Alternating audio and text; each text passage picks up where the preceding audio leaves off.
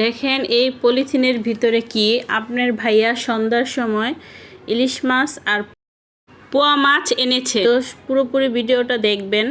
Hello guys, আসসালামু আলাইকুম। আমার অতটুকু কোনো ধৈর্য নাই যে পলিথিনের গিট্টু ছুটাতে।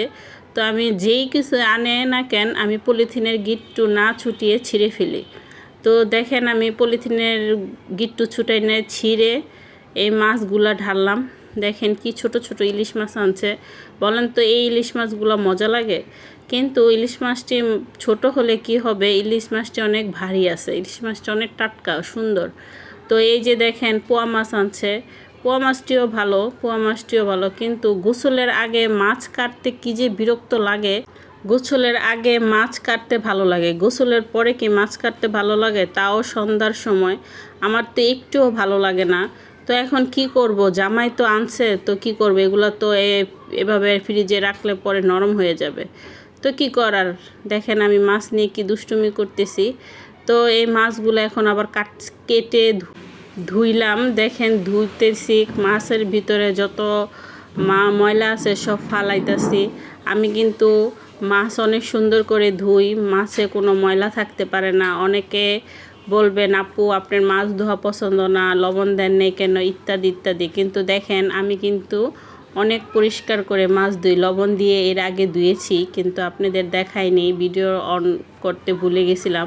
তো যখন এই যে মাছগুলা 2-3 বার লবণ দিয়ে ধুয়েছি, ধোয়ার পরে এই যে দেখুন এখন শুধু পানি দিয়ে ধুইতেছি। তো মাছ আমার অনেক পরিষ্কার হয় ধোয়া। তো দেখেন মাছ ধুয়ে এখন আমি ভাগ করতেছি, পলিথিনে রাখতেছি। আমরা ফ্যামিলির সদস্য হলো 5 জন। তো 5 জনের রক্তে আমার বড় ছেলে মাদ্রাসায় থাকে। তো এখন 4টা করে রাখতেছি, আবার মাঝে মাঝে 6টাও রাখি রাত্রের জন্য।